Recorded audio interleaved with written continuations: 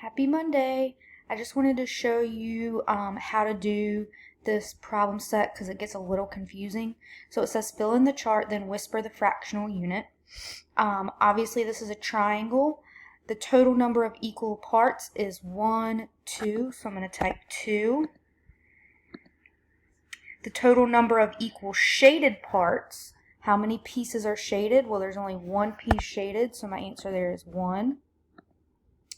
Unit form, that just tells you to type out what it is. So is it thirds, fourths, fifths? In this case it's half, so we're just going to type half.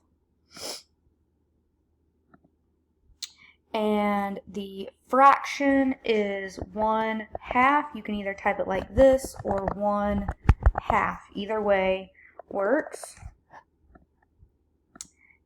This part B, repeats the same thing. So I would just kind of scroll up so you can see the categories. The first one you're going to answer is total number of parts.